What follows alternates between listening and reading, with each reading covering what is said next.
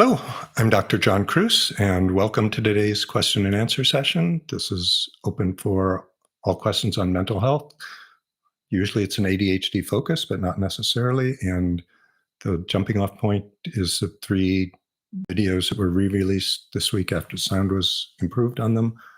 So I'm going to recap each of those in about a minute each, and then we can jump into the open Q&A. Also, I mentioned that the subreddit is open and working now, so it may be a better place for putting out your questions about ADHD and having a wider variety of people other than me responding to it. And apparently it's easier to search for previous results or previous comments and questions. So the 3 videos that were released this week were, is there an LGBTQ ADHD connection, stimulant withdrawal, and siesta time? So the short answer on the LGBTQ connection is yes. A number of studies have found higher rates of ADHD among the LGBTQ community, or looking at the other way around, within the ADHD community. Identification with an LGBTQ identity is higher. A wide variety of neurodiversity traits seem to circulate together at higher rates than one would expect from just random assortment. So ADHD, autism, gender identity, left-handedness, all are neurotypical, neurodivergent. So something starting in the brain that is not the norm. And this is important both for clinicians, both for individuals in coming to terms with their own identity, but also for research. So if you're thinking you're studying one population, so for example, if lesbians are overrepresented among women with ADHD and you think you're primarily studying something with a group of ADHD individuals and aren't aware of the sexual orientation issue, your results may be more attributable to a different factor like sexual orientation than to the ADHD per se. So that's what I'll say. I'll throw out one political comment that in his inaugural speech, Donald Trump vowed to legally abolish anything other than 2 genders, male and female, for legal purposes. And one is an executive order, certainly can't do that simply, since there are constitutional amendments and a whole host of laws supporting the identity of people who don't fit into those categories. And whether or not he legally succeeds in it, and there are many nations on the world that have, it doesn't ignore the reality that these people really exist, whether you want to believe they exist or not. Second topic, jumping into stimulant withdrawal. So the stimulant medications, when people stop them, and often stopping them is at the end of each day or for prolonged periods when they're taking a break on weekends or other times, stimulant withdrawal can include a crash in mood, a crash in focus, or a crash in energy levels. And to some extent, slow release formulations not only go in more slowly, but leave the receptors more gradually. So there is both less of an abrupt crash, and or much of this crash is happening while someone's already asleep. So that's milder.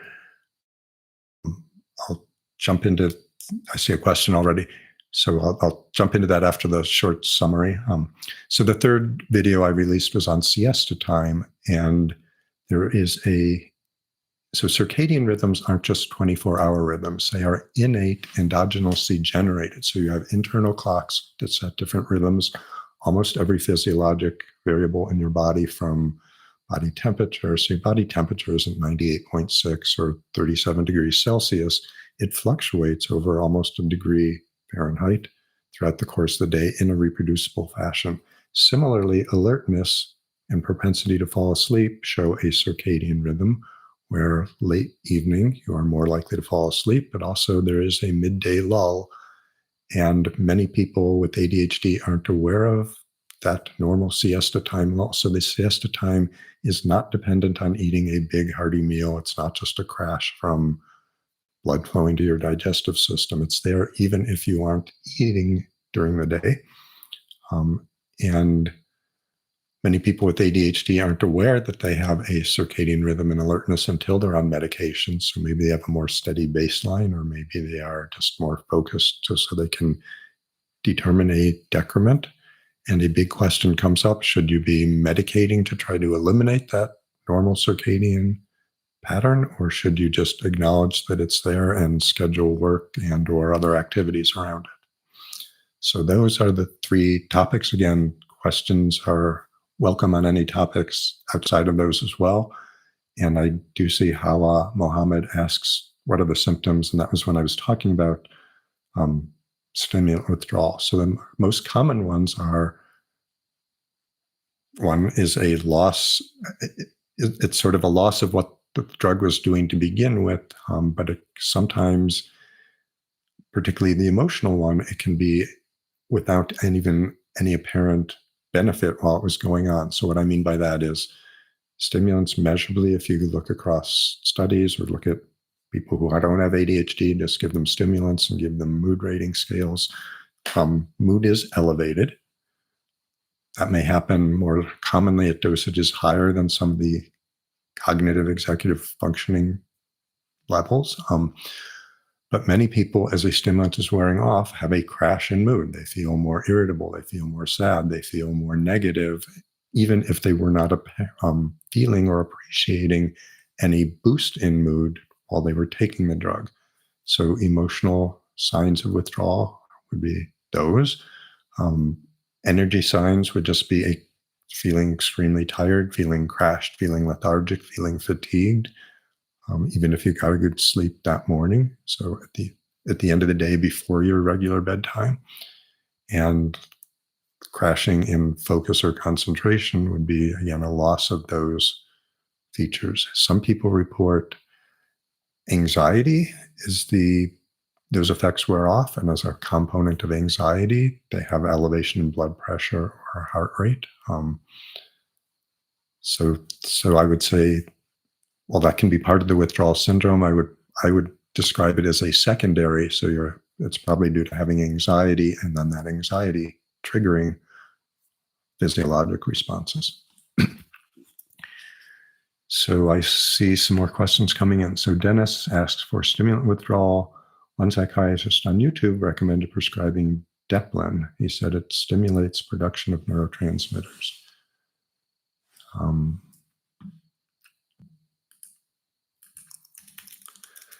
So Deplin is methylfolate, L-methylfolate. So it is on the pathway to, now I'm losing my picture, so I hope sorry. So Deplin is a brand name of L-methylfolate. There are certainly people who process folate, which is one of the B vitamins, differently or less effectively, and methylfolate is folic acid is important for generating catecholamines and indolamines, serotonin, norepinephrine, dopamine. I'm not aware of any actual research indicating that Deplin or other forms of methylfolate prevent withdrawal or help with withdrawal. It certainly doesn't seem impossible, and side effects or problems are pretty unlikely with it. So Deplin has been shown in a number of studies to be helpful for subsets of people with depression and making antidepressants work better. And it was particularly women who are, one, if you have a folate deficiency, it may help. Demographically, it tended to be women, and women who were overweight and who had markers of inflammation going on. So that's what I'll say about Deplin. And I'm not aware of any rigorous studies looking at any other medication or supplements to show that they definitively decrease the rate of withdrawal. That doesn't mean they don't work or don't happen. I'm just not aware of research on that. So how, getting back to the issue of withdrawal and procrastination, So again, to the extent that the medications, the stimulants may be helping with procrastination could again become a problem as the drug wears off. That's about all I'd say there.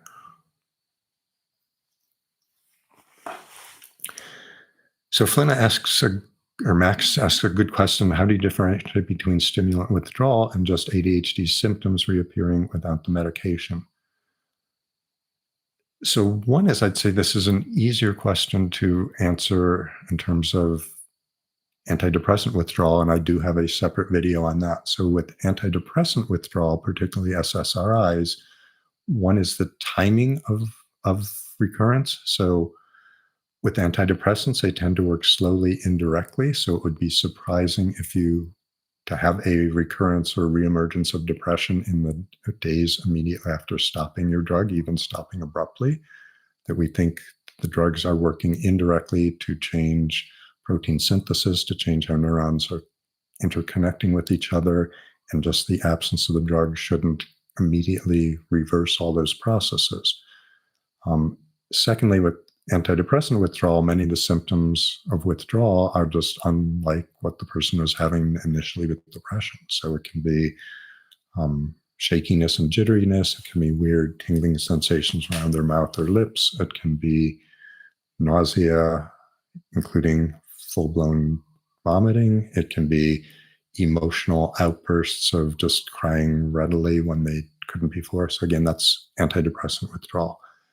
It's harder timing-wise with stimulant withdrawal because most of what the stimulants are doing is immediate and directly related to how much in their blood.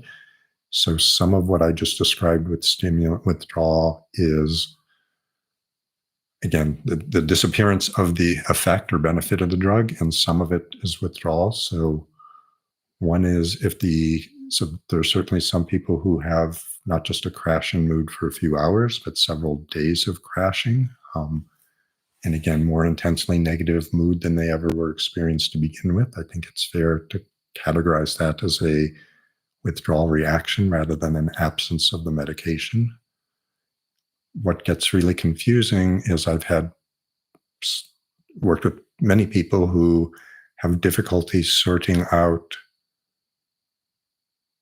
whether there's actually a decrement in their cognitive abilities, whether they're just back to their ADHD baseline, whether they are evaluating their ADHD baseline differently because when they were more focused and more attentive, they had more of a clue as to what they were missing and not missing. So in terms of the executive functions, it can be hard to sort out how much is just, again, reversion to baseline and how much is actual withdrawal or potentially even worsening of those facilities.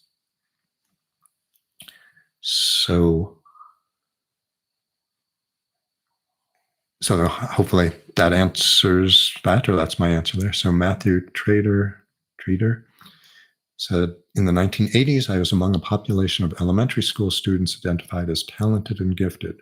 Would such kids today be identified as neurodivergent, ADHD or autism spectrum, for instance? So this blurs. I mean, one is it's hard to know what category they were using or selecting talented and gifted. So what I would emphasize is intellectual capabilities as a separate dimension or domain than ADHD, which I would classify more as an executive function. It may be the timing and efficacy and efficiency with which you use the information or knowledge you have, rather than, so if we look at just intelligence, on average, those with ADHD are actually slightly below average intelligence, but that is because there's a bias or a weighting that there are a number of neurodevelopmental disorders that are largely impairing cognition and produce ADHD. So there are people with ADHD are overrepresented at the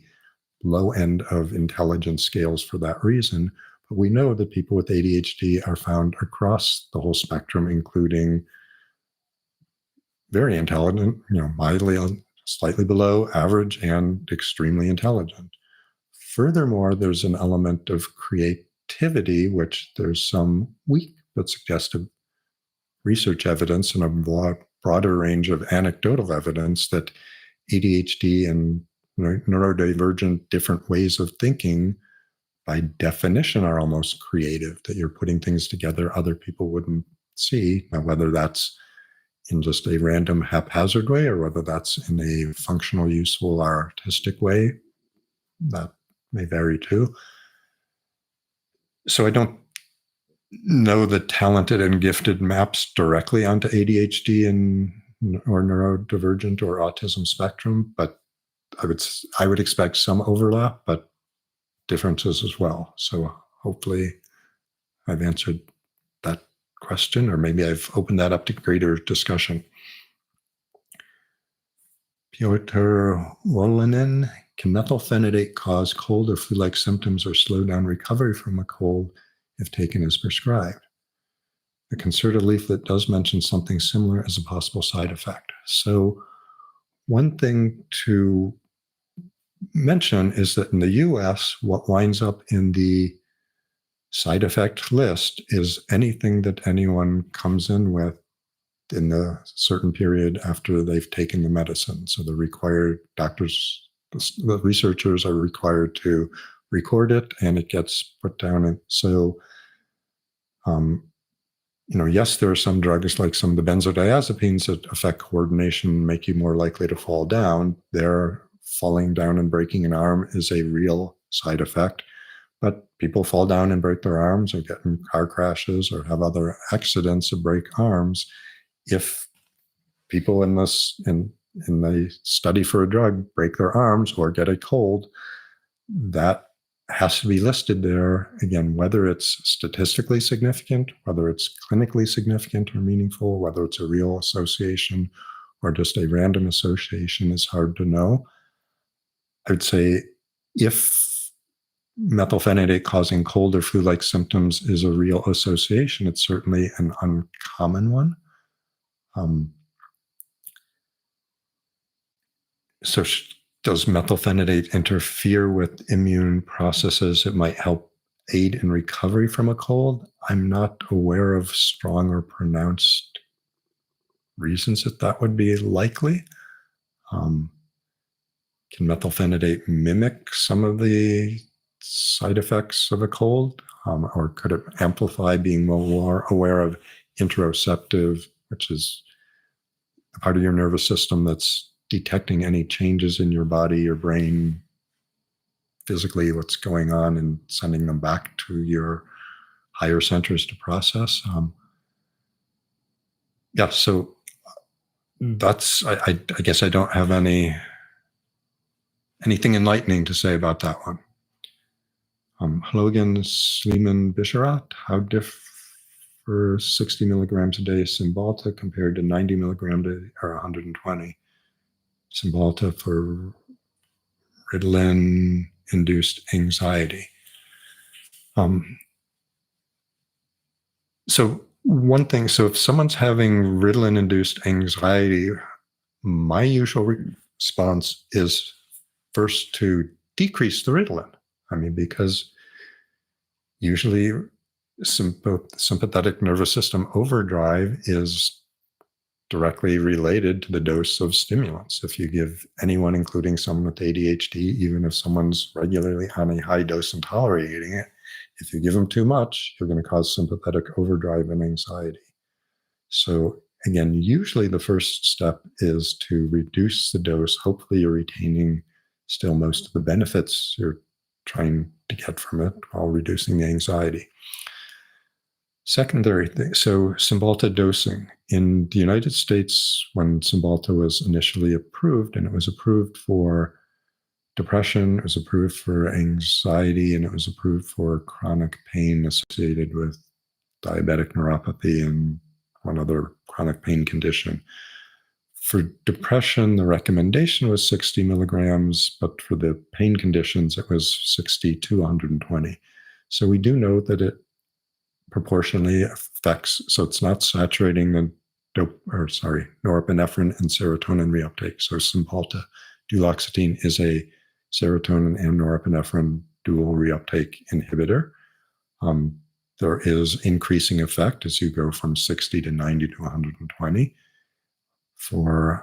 Particularly for depression, a small percentage, but a real percentage of individuals I've worked with, and we let them stabilize for a few months at 60, then had a greater impact at 90 or 120.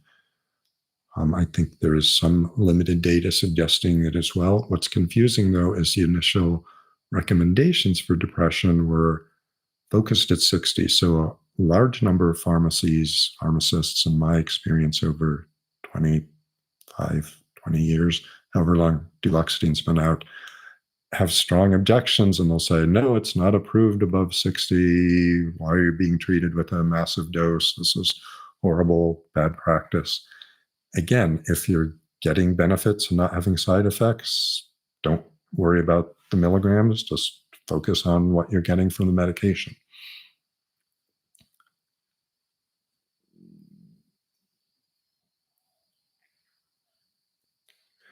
So Max is following up on the previous question about talented and gifted children and sorting them out.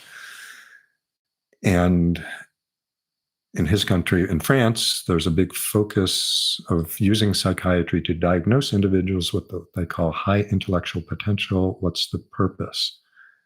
So some of this is changes and fads in education world. In the school system I went to, which is a public school system, it was a nationally respected one. We had 25 National Merit Scholarship winners every year in the decades I was going there. There was what they called tracking. So they had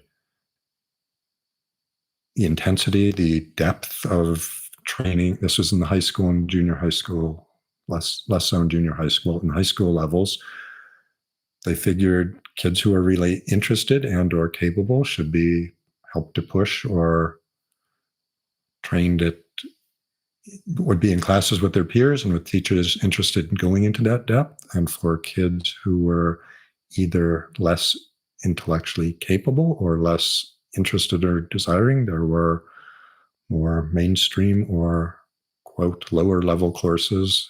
And the thought was that would leave people more comfortable and not feeling intimidated or pressured by higher performing. It would also it wouldn't, quote, let the slow kids slow down the kids who wanted to learn more. There has been pushbacks against that movement towards trying to reintegrate. I mean, getting back to the one-room schoolhouse of years ago when kids from all ages, not just abilities within the age, were classed together. And it depends a lot on what variables we're looking at or testing. Certainly, there are some kids at either end of the ability and interest spectrum who get lost in the mainstream. So again, if you're both intelligent and or more prone to be distracted and or more creative, being mainstreamed may actually be particularly bad for you. You may not at all get the stimulation, direction, guidance you need. But it depends a lot on what we think education is for. The current, and I'll try to avoid politics, but there's clearly an approach in America that to devalue all education and training and try to keep people as stupid as possible so they keep voting for certain parties. So I should probably not go too far into politics, and I'll end that there, but we can discuss other angles of that if they come up in subsequent questions. So Sleeman asks, have I tried Lamotrigine for patients with ADHD and anxiety? So Lamotrigine or Lamictal, initially a seizure medication, FDA approved for treating bipolar disorder. It seems most effective as an antidepressant for people with bipolar disorder. There's some studies looking at it for depression, finding it to be effective even in unipolar depression, often added to traditional antidepressants, but widely used off-label. And less rigorous data on anxiety. And when I was preparing a talk on glutamate, which will be coming out in the next week or two, lamotrigine has some glutamate action. It also has action on GABA systems. So I've used it more for an antidepressant or mood stabilizing effect, and I have not directly seen clear-cut evidence for executive function benefits or anxiety identified as separate from depression, although there's a huge overlap between the two. Maybe others with experience will pipe in there. So again, I do not believe, or at least I did not come across any studies specifically looking at lamotrigine and ADHD.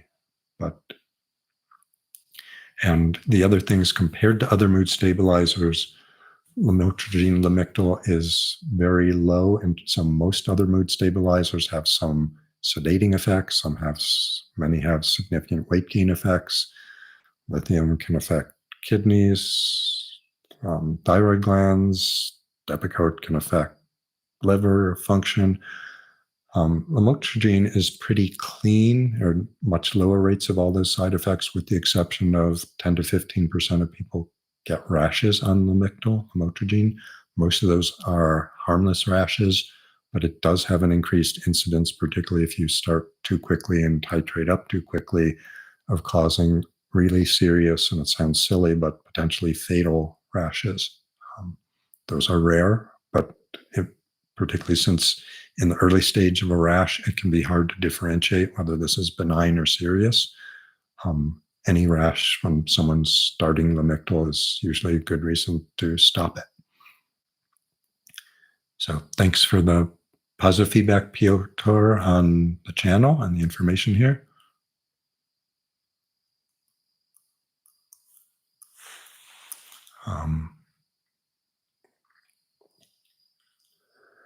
So Matthew asks, Provigil and Nuvigil are sometimes prescribed off-label for ADHD. Is this valid, helpful in your opinion? And do they have different implications for mental health than methylphenidate? So I do have a talk completely on modafinil. The bottom line, so modafinil is Provigil, the R stereoisomer R-modafinil is Nuvigil. There's fairly compelling evidence that they are effective in reducing executive dysfunction associated with ADHD. In the US, so this is recapping the video, in the US, approval for modafinil for ADHD in children was on the verge of approval. Nobody on the panel questioned its efficacy. The issue, and this is a funny tie back, was that one of the kids in the treatment study group developed Stevens-Johnson syndrome, which is a rash-like phenomena that can occur with any medication. It has not been previously strongly associated with Provigil. It hasn't subsequently turned out to be a major association. But on the FDA approval panel, the one dermatologist of more than a dozen said, yeah, we see this all the time with other medications. There isn't a strong association. This shouldn't keep you from prescribing it. The psychiatrist on the panel said, oh my God, a dangerous, life-threatening physical condition. We're not used to dealing with anything physical with our drugs. Don't approve it. So it was rejected not because of lack of efficacy, but because of potential risk of a very dangerous and serious, but very rare side effect. Are there different implications for mental health than methylphenidate? So one is it's not completely clear. So methylphenidate is a dopamine and norepinephrine reuptake inhibitor. Much of the recent focus on modafinil is on dopamine effects.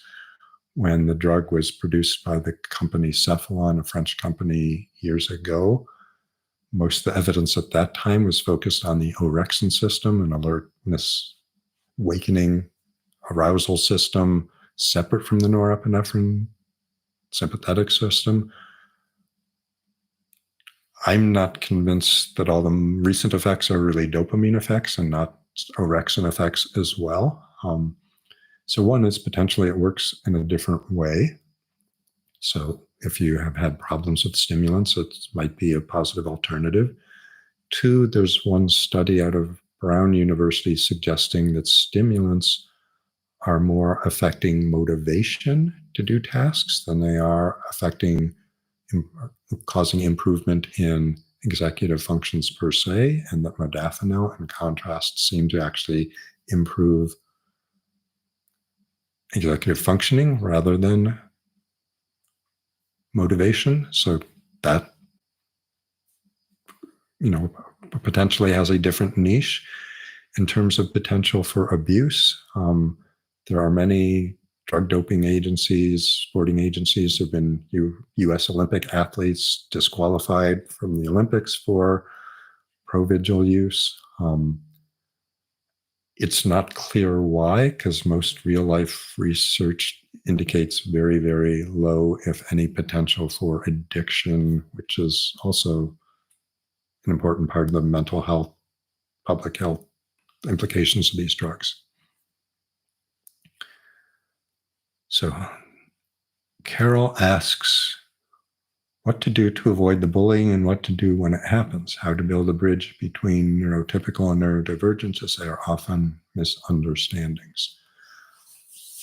I said I'd stay out of politics. I just simply can't, because there is overwhelming evidence that and this is looking more at transgender sexual minorities, but there's a multitude of studies showing when you pass laws discriminating like this, mental health, quality, rates of depression, anxiety, substance use, suicidal thoughts, and ideation all go up.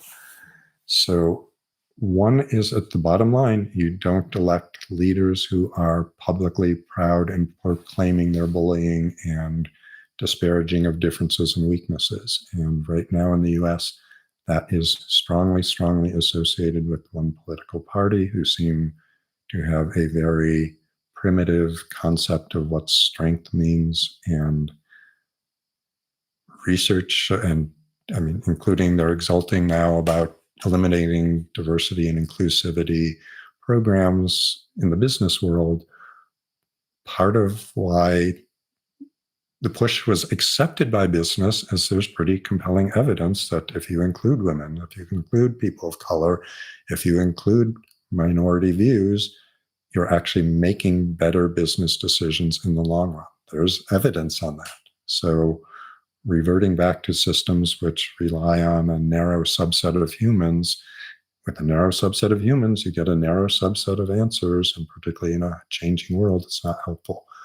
So with bullying, part of it is outside of retraining bullies. Part of it is calling out bullying when you see it and saying, I see what you're doing. This is wrong. This is unacceptable to me. Whether the bully then targets you, that may be an issue, and that's part of why lots of bystanders don't stand up. But research on breaking bullying shows that one is setting norms, what is okay. And again, this doesn't mean stifling all dissent, stifling all discussion.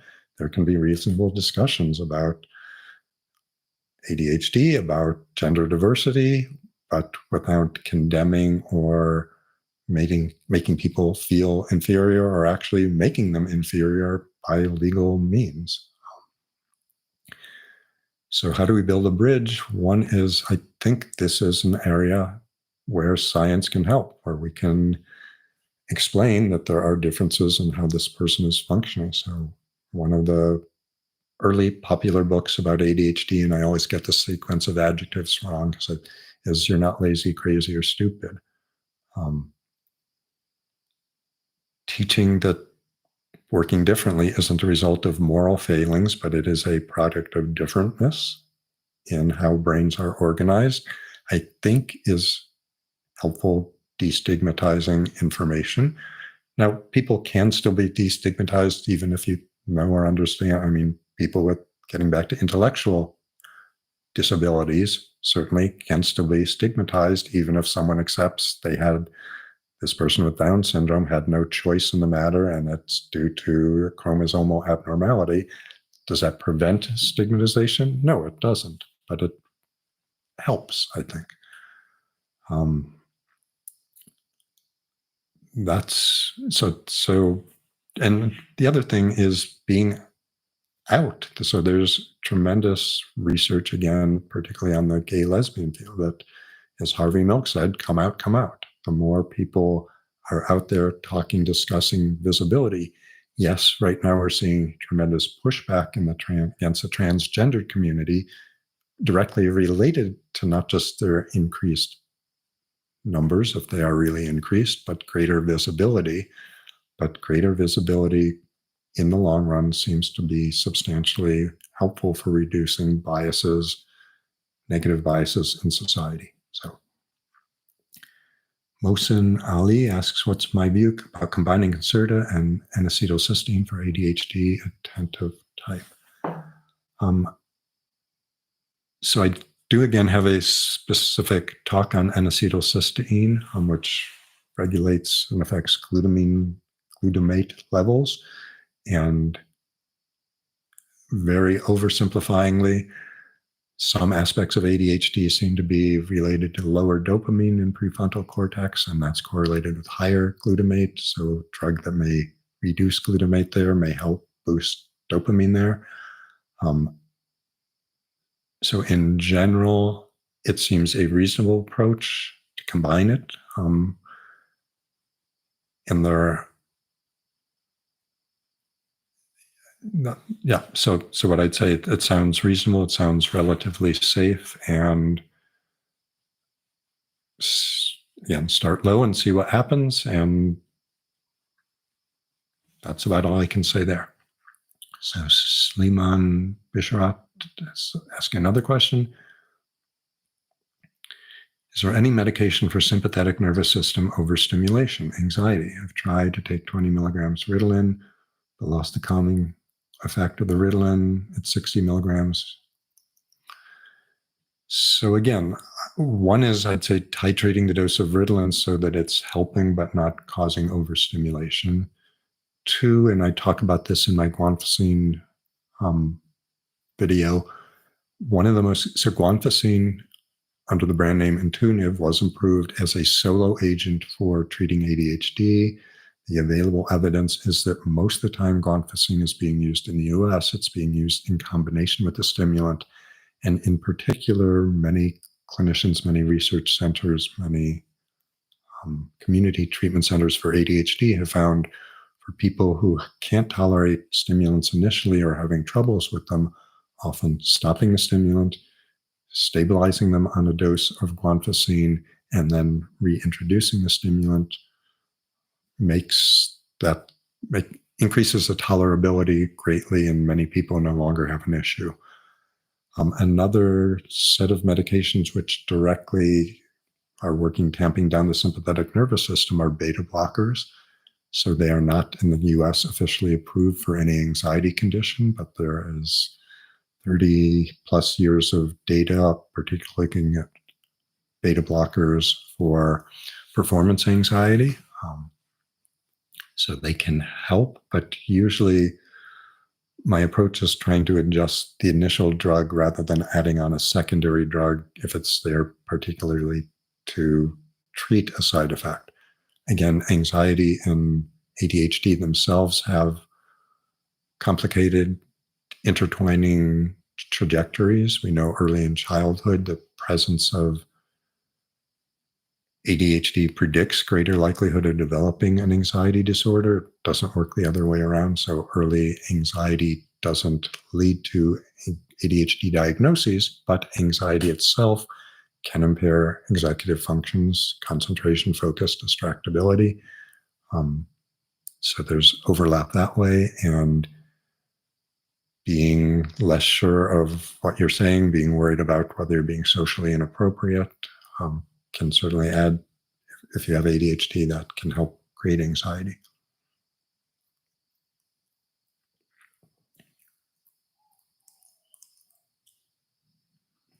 So Charlie P asks, why do folks who have ADHD and a history of addictive behaviors, such as nicotine, not often become addicted in the classical sense to stimulants?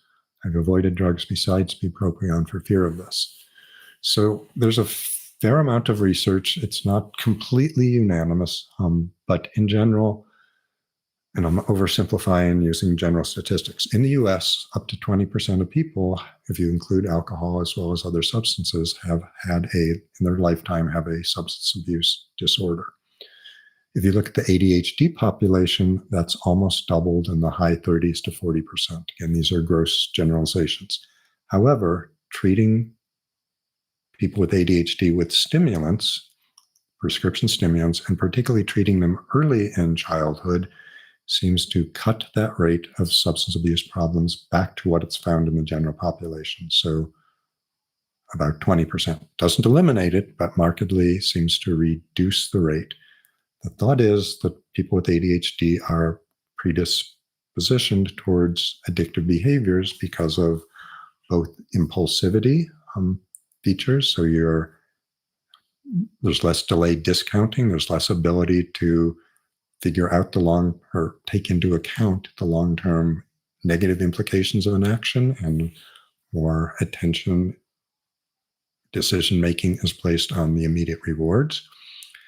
And there's some evidence that also inattentive factors play a role, that you are just less aware of the kids around you who are failing out of school because they're using drugs, or you're less aware when the teacher's telling you a list of things that might be consequences, or you're missing information in other ways. And to the extent that stimulant medications can improve both inattention and impulsivity, that's thought to be why they reduce the overall risk for stimulant abuse. So my general clinical practice is that if you have had problems with addiction, I would certainly try non-stimulant approaches which have no abuse potential themselves or no addiction potential themselves, such as bupropion is a reasonable choice. Modafinil may be a safer choice. But I wouldn't make it an absolute contraindication to starting any of those if someone has substantial ADHD that isn't treated by those other agents. There was one other angle there that I was about to say, and it just slipped my mind.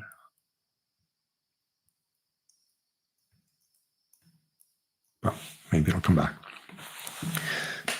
Piotr asks, in a situation where methylphenidate has been found to be ineffective despite various doses and delivery methods, how likely is it that amphetamine-based drugs will make a difference? So the answer is fairly substantially. And I talk about this in my video, is Ritalin really a stimulant? And there's some debate at the pharmacologic level what's going on or not. So clearly, amphetamines are not just norepinephrine and dopamine reuptake inhibitors, which what methylphenidate is. They are also, amphetamines cause additional synaptic release. So they are boosting the amount of neurotransmitter, dopamine or norepinephrine, that's actually released above and beyond what normally happens.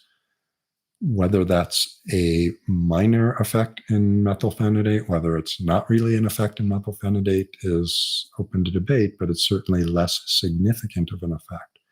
So it's not surprising at a neuroscience level, and it's very consistently demonstrated at a clinical level. Many people who do not get a response to methylphenidate products do get a response to amphetamine-based products. And if you look at studies, not only do more people get a benefit, they get on average a more extensive benefit. So there's a greater degree of symptomatic relief. So amphetamine, almost all the experts say the stimulants are up here in terms of if this is success rate, and not success rate, degree of symptomatic improvement. And all the non-stimulants are down here, the bupropion, the modafinil, the Strattera. But if you look at the data, the clustering is amphetamine is up here, doing better than everything else. And then there's a group of secondary agents with methylphenidate at the top of that. So methylphenidate lumps more closely with the non-stimulants than with amphetamine. So that's what I'll say there. And so the other aspect is not only are they more effective, and they're more effective in children, they're more effective in adults. There's several ADHD advisors are making recommendations that still say methylphenidate are the drug of choice in children. It's not because methylphenidate works better. It's because the cost-benefit ratio, the advantages versus the disadvantages, seems to fit that population better. So with stimulants, with amphetamine-based stimulants, there does seem to be a greater risk for addiction to the substance itself. There does seem to be a greater risk for psychosis. These are rare effects, but these are very serious effects. So far, whether rates of cardiovascular side effects are more common or not, that's probably in the same ballpark for both substances. So for many, yes, so Piotr mentions that in many parts of Europe, and not just Europe, many parts of Asia as well, many countries make it much more difficult to get amphetamine-based products because they are more widely misused or abused.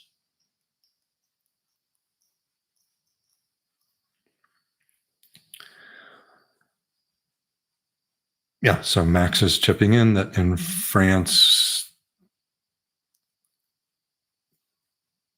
he's reporting that amphetamines are still banned. So some of the countries, and I don't know specific details right now, but I've looked into that, and I think Spain, some of the countries have not technically banned them, but they make it so forbidding, and many doctors in those countries are under the impression. So I'm not saying they aren't outright banned. They are in some countries. But there are also some countries where they are actually legally available. It's just really hard to find a doctor who is aware of that, and not just aware of that, but willing to write for that.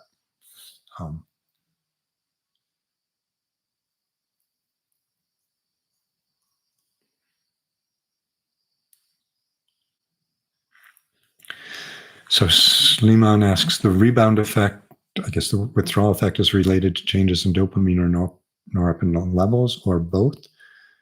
So I would say it's due to mismatch between the available amount of dopamine and norepinephrine available and to the number of receptors that are interacting with that. So exposure to these drugs can result in changes in receptor densities or levels. So it's more of a mismatch that less is around, but just it's sort of the proportionate effect on the number of receptors that are there.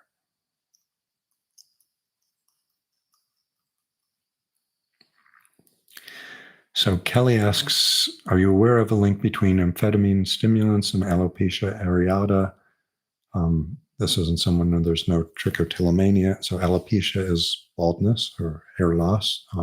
Trichotillomania is hair pulling. I talk a little bit about that in the repetitive body-focused behavior talk. So I'm not aware of a connection between amphetamine and alopecia.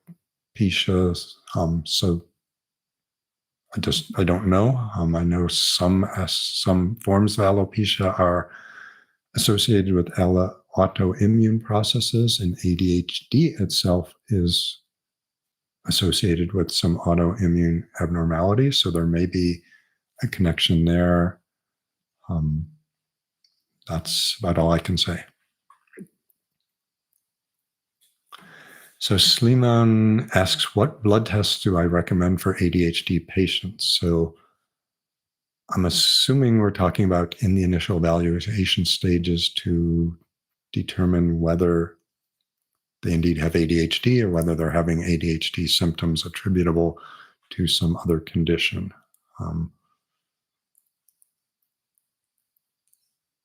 Because I can't think of compelling reasons for blood tests in an ongoing, for someone who has ADHD in an ongoing state. So one is, I think, backing up Sir William Osler, who was a famous physician in the US more than 100 years ago.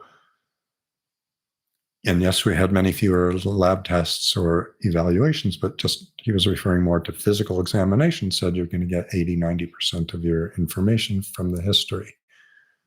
So most of the physical conditions, such as thyroid deficiencies, vitamin deficiencies, even anemia, what else can I think of quickly that may commonly contribute to ADHD-like symptoms, many of them are very, very likely to be causing other physical changes in the body and hair and skin and coloring. And so a good history, I think, is the most important step towards evaluating. So I think it's appropriate to check for vitamin B and D deficiencies, to get anemia, to look for thyroid. I tend not to, what I consider is sort of over medicalizing, running dozens of tests because the doctor's not paying for them, and usually the patient isn't either. But these tests are still a big burden on health costs in America. I mean, it's part of why American health costs are so much higher than everywhere else in the world without better results, is that we order a lot of generally superfluous and meaningless tests. So again, if you have a specific other physical signs that point out to something maybe amiss, then absolutely go ahead and order appropriate tests. But that's what I would say there.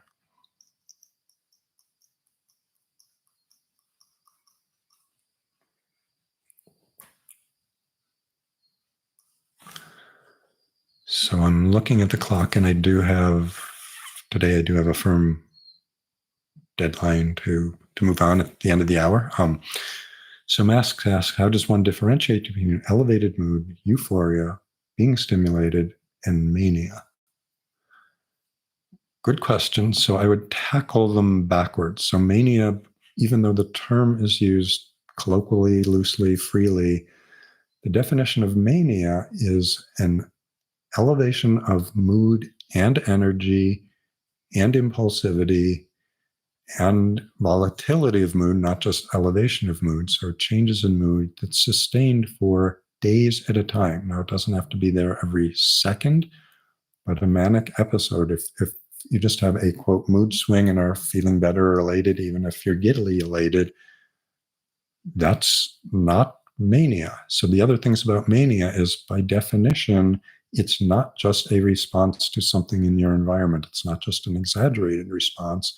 Part of it's coming internally or endogenously. That can be hard to sort out. But again, that's why it has to be sustained for, I think mania requires more than 5 days in a row. Hypomania can be less than that. I don't have the precise cutoffs in my head. So again, and it has to be a definite change from someone's baseline, usually accompanied by much less sleep, but much less need for sleep. Being stimulated by definition requires a stimulant, either a chemical stimulant or an exciting show. So it requires an external trigger. And I think the definition would include, again, elevation beyond someone's baseline. And the implication is, again, that activation of the sympathetic nervous system is happening, so that in addition to just any mood changes, there should be physiologic changes. There should be increases in heart rate. There should be increases in blood pressure. There's likely to be pupillary dilation and other physical factors. Euphoria is usually defined just as elevated positive mood. And it can, so euphoria is part of the normal range. So the implication doesn't include how long it goes on for or the causes, whether it's internally generated or externally a response to a trigger. And then I guess elevated mood has to be an elevation beyond someone's baseline.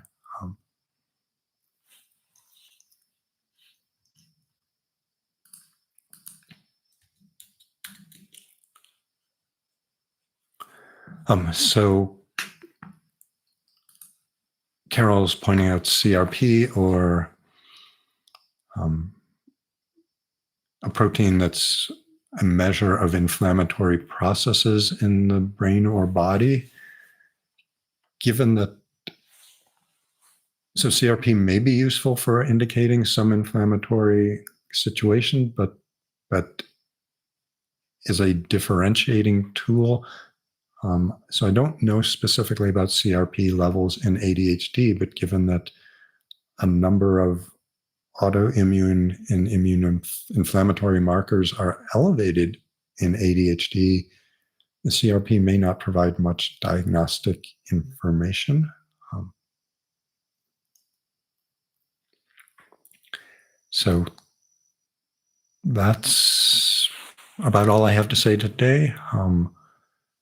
So I'm not sure which sequence. New material is going to be coming out in the next week, and Sunday's the day we're trying to release that. One on glutamate and ADHD, one on a broader mental health topic of transgender and why the differences between the transgender world in the year 2000 and the year 2025, which recorded a week ago and is more relevant now than ever.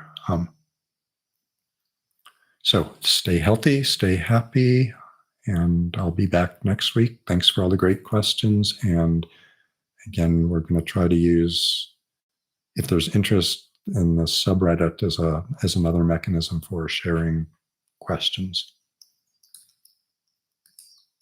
Okay, that's all for today.